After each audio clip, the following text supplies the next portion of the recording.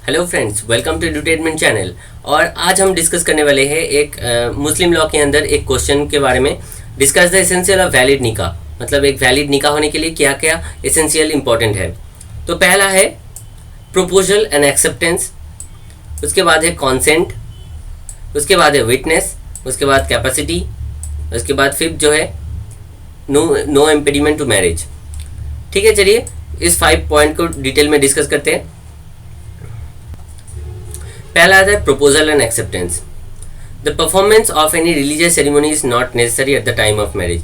मतलब अगर दो मुस्लिम के बीच में कोई भी विवाह होता है तो उसमें रिलीजियस सेरेमनी, जो रिलीजियस सेरेमनी होता है वो मैंडेटरी नहीं होता, वो नेसेसरी नहीं होता। जैसे कि हमने देखा हिंदू मैरिज एक्ट में वो सेरेमनी सप्तपदी होना बहुत अनिवार्य था एक विवाह को कंप्लीट होने के लिए, तो यहाँ पे वैसा नहीं होता है, no ceremony is required. Presence of qazi और mullah is not also required, और प्रेजेंस ऑफ काजी और मुल्ला भी रिक्वायर्ड नहीं है। ठीक है, marriage under Muslim law rest on the same footings of other contracts. In Muslim marriage proposal of the marriage must be made by one party. One party proposal करेगा, propose देगा, ठीक है, दूसरा पार्टी एक्सेप्ट करेगा। मतलब one party will give the offer, proposal देगा, और दूसरा पार्टी जो है एक्सेप्ट करेगा। ठीक है, and accepted by the other party. First party will give the offer, another party will accept it. Under Muslim law, it is not necessary that the party to the marriage may themselves make proposal or acceptance of the marriage. मतलब ये necessary नहीं है कि ये व्यक्ति अगर इस व्यक्ति से विवाह करता है तो ये इसको ही देना पड़ेगा। ये कॉन्सेंट, ये प्रपोजल कोई एजेंट के माध्यम से भी हो सकता है। ठीक है, the proposal and acceptance may be through an agent appointed verbally और रिटन। अगर ये ब्राइड और ये ब्राइड ग्रूम है तो ब्राइड अगर इसको बताता है कि okay I am going to marry this person, तो एज ए एजेंट को अपॉइंट कर सकता है ये प्रपोजल और एक्सेप्टेंस को देने के लिए। और जो एजेंट को अपॉइंट करेगा वो वर्बली भी हो सकता है, मतलब मौखिक में भी हो सकते हैं, रिटन में भी हो सकते हैं। ठीक है, इन केस ऑफ माइनर्स और lunatics the guardian can be act as a agent. In case of minor, अगर माइनर है वो पर्सन, अगर माइनर है जिसके साथ विवाह हो रहा है और लूनेटिक है, तो गार्जियन, जो गार्जियन होगा उसका पिता माता जो होगा वो एजेंट के रूप में काम कर सकता है। ठीक है, मतलब पहला तो है प्रपोजल एंड एक्सेप्टेंस, एक व्यक्ति को प्रपोज करना पड़ेगा, दूसरा व्यक्ति एक्सेप्ट करेगा, इसके बाद बन जाता है प्रपोजल एंड एक्सेप्टेंस हो गया। उसके बाद आता है consent. When the consent has not been obtained, the marriage is invalid. मतलब अगर कॉन्सेंट नहीं लिया जाता है तो वो इनवैलिड बन जाता है, और वो against the will of the woman will not validate the marriage. अगर वो जो वुमन के साथ विवाह हो रहा है अगर उसका सम्मति नहीं है इस विवाह पर, तो वो नॉट वैलिड होगा, मतलब वॉइड हो जाएगा वो मैरिज। ठीक है, consent under compulsion will invalidate the marriage. मतलब कोई भी कॉन्सेंट, मतलब सम्मति अगर ज़बरदस्ती से लिया जाता है तो वो मैरिज इनवैलिड बन जाएगा। ठीक है, और ये ज़्यादा इंपॉर्टेंट नहीं है, आप पढ़ लेना। ठीक है, उसके बाद आता है विटनेस। विवाह के समय में फर्स्ट हो गया प्रपोजल एंड एक्सेप्टेंस, उसके बाद कॉन्सेंट, उसके बाद आता है विटनेस। अंडर सुन्नी लॉ में क्या होता है, the proposal and acceptance must be made in the presence of two male और one male two female witness who is sane, adult and Muslim. मतलब विटनेस कौन होना चाहिए, जब प्रपोजल एंड एक्सेप्टेंस हो रहा है तभी विटनेस होना चाहिए, मतलब कोई भी साक्षी होना चाहिए। पहला कौन हो सकता है, हो सकता है टू मेल्स, दो मेल विटनेस के रूप में रह सकता है। ठीक है, अगर दो मेल्स नहीं है तो एक मेल रहना एंड मैंडेटरी होता है, एक मेल और two females as a witness अपना विटनेस दे सकते हैं। और जो विटनेस देगा उसको वो सेन होना चाहिए। सेन का मतलब पागल नहीं, जो पागल नहीं है। ठीक है, मतलब ठीक सही मस्तिष्क होना चाहिए, और एडल्ट होना चाहिए। ठीक है, एंड मुस्लिम होना चाहिए, जो विटनेस देगा वो ऑब्वियसली मुस्लिम होना चाहिए। Absence of witness does not render the marriage void but irregular. अगर कोई भी विटनेस नहीं रहता है एक मैरिज के अंदर, सुन्नी लॉ में जो मैरिज होगा, सुन्नी लॉ के अंदर जो मैरिज होगा, मैरिज के टाइम में अगर कोई विटनेस नहीं रहता है तो वो मैरिज वॉइड नहीं बनेगा लेकिन इरेगुलर बन जाएगा। ठीक है। अंडर सिया लॉ में दूसरा नियम है, at the presence of witness are not necessary at the time of marriage. मतलब जब विवाह हो रहा है तब कोई भी विटनेस का ज़रूरत नहीं है अकॉर्डिंग टू सिया लॉ। लेकिन सुन्नी लॉ में ये मैंडेटरी था, मतलब कोई भी विटनेस रहना ही चाहिए, नहीं तो विवाह जो है इरेगुलर हो जाएगा। लेकिन शिया लॉ में ऐसा नहीं है, विवाह करने के टाइम में कोई भी विटनेस की ज़रूरत नहीं है। They are required at the time of dissolution of marriage. जब विवाह का मतलब जब डिवोर्स के टाइम में, जब वो विवाह डिसॉल्व होने के टाइम में वो विटनेस मैंडेटरी होता है इन द सिया लॉ। ठीक है। उसके बाद है कैपेसिटी टू मैरी और टू बी मैरिड। मतलब क्या कैपेसिटी होना चाहिए।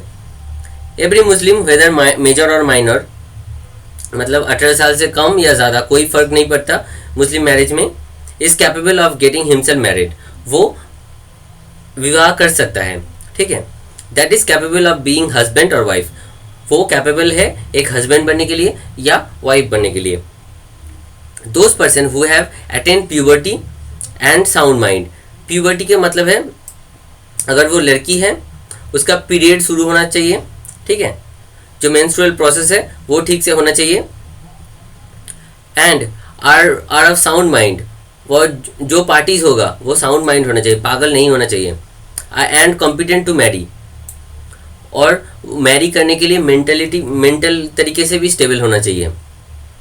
In accord to who is minor and lunatic the contracted in the marriage by their respective guardians. अगर लुनेटिक की बात करें और माइनर की, तो वहाँ पे उसका कैपेसिटी के लिए एक गार्जियन उसको कॉन्ट्रैक्ट कर सकता है मैरिज में। ठीक है। Minority means physical immaturity. यहाँ पे माइनर किसको बोलते हैं, जिसका फिजिकली इमेच्योर है जो। ठीक है।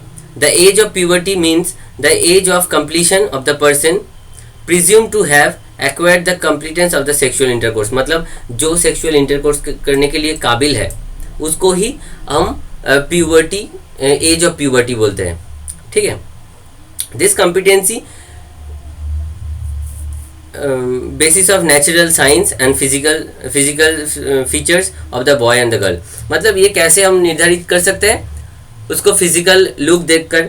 ठीक है। वो सेक्सुअली इंटरकोर्स करने के लिए कैपेबल है या नहीं, इसके वजह से ये हो गया कैपेसिटी। ठीक है। इसके बाद आता है no impediment to marriage. There are some impediments और प्रोहिबिशन। मतलब कोई भी ये 4 पॉइंट्स के अलावा ये भी है कि मतलब कोई भी प्रोहिबिशन है विच रेंडर्ड द मैरिज वॉइड। अगर उसको नहीं माना गया तो मैरिज वॉइड हो जाएगा। ठीक है, या इनवैलिड हो जाएगा। तो पहला प्रोहिबिशन क्या है, एब्सोल्यूट प्रोहिबिशन, कॉन्सेंगुइटी। इसका मतलब है एब्सोल्यूट प्रोहिबिशन में कॉन्सेंगुइटी का मतलब है Muslim can not marry his mother. एक पर्सन अपने माँ को, अपने बेटी को या सिस्टर, आंट, नीस, ये इन सभी को विवाह नहीं कर सकता। ये एब्सोल्यूट प्रोहिबिशन है। ठीक है। इसके बाद है एफिनिटी। एफिनिटी में ही वो अपना वाइफ के मदर को विवाह नहीं कर सकता और उसके डॉटर को, मतलब अपने वाइफ का डॉटर को भी और माँ को भी विवाह नहीं कर सकता, of the ascendant of the wife और ऑफ द डिसेंडेंट। ठीक है। इसके बाद आता है फोस्टरेज। इसका मतलब क्या है, अगर कोई पर्सन, मान ले कि ये एक फीमेल है, ये पर्सन अगर कोई भी पर्सन को एडॉप्ट करता है जिसका एज 2 ईयर से कम है, 2 साल से कम है, उसको अगर एडॉप्ट करता है एक लड़की को, मतलब एक फीमेल पर्सन दूसरे फीमेल पर्सन को जो जिसका एज 2 साल से कम है, उसको भी इसका हस्बैंड जो है ये शादी नहीं कर सकता, क्योंकि इसे भी माना जाएगा इसका बेटी के रूप में। ठीक है। तो ये शादी नहीं होगा। एक्चुअली ये भी कॉन्सेंगुइटी के अंदर ही फॉल होता है। ठीक है। तो उसके बाद आता है polyandry. Wife can not Mary A second time during the subsistence of the first marriage. मतलब अगर मान ले कि दो पार्टी है, मेल एक और एक फीमेल है, अगर इनके बीच में विवाह हुआ है तो जो फीमेल है मतलब जो वाइफ है, वाइफ दूसरा विवाह नहीं कर सकता एक विवाह होने के साथ साथ, ठीक है। और ये सब के साथ साथ और भी एक प्रोहिबिशन है, वो है फिफ्थ वाइफ। मतलब कोई भी पर्सन मुस्लिम में जो भी मोहम्मदन पर्सन है वो 4 विवाह कर सकता है। मतलब एक पर्सन का मैक्सिमम 4 वाइफ हो सकते हैं। अगर फिफ्थ किसी को विवाह करता है वो मैरिज वॉइड हो जाएगा, ठीक है। उसके बाद है एब्सेंस ऑफ प्रॉपर विटनेस, इसके कारण भी होगा मतलब मैरिज वॉइड हो जाएगा। डिफरेंस ऑफ रिलीजन, मतलब कोई भी पर्सन दूसरे रिलीजन के लोगों के साथ ये मैरिज नहीं कर सकता, तो ये भी हो गया। तो ये ज़्यादा इम्पोर्टेंट नहीं है, ये लास्ट 3, पहला 5 जो है वही सबसे इम्पोर्टेंट है, ठीक है। अगर वीडियो अच्छा लगा है तो सब्सक्राइब कर लेना चैनल को और लाइक शेयर भी कर लेना। Thanks for watching.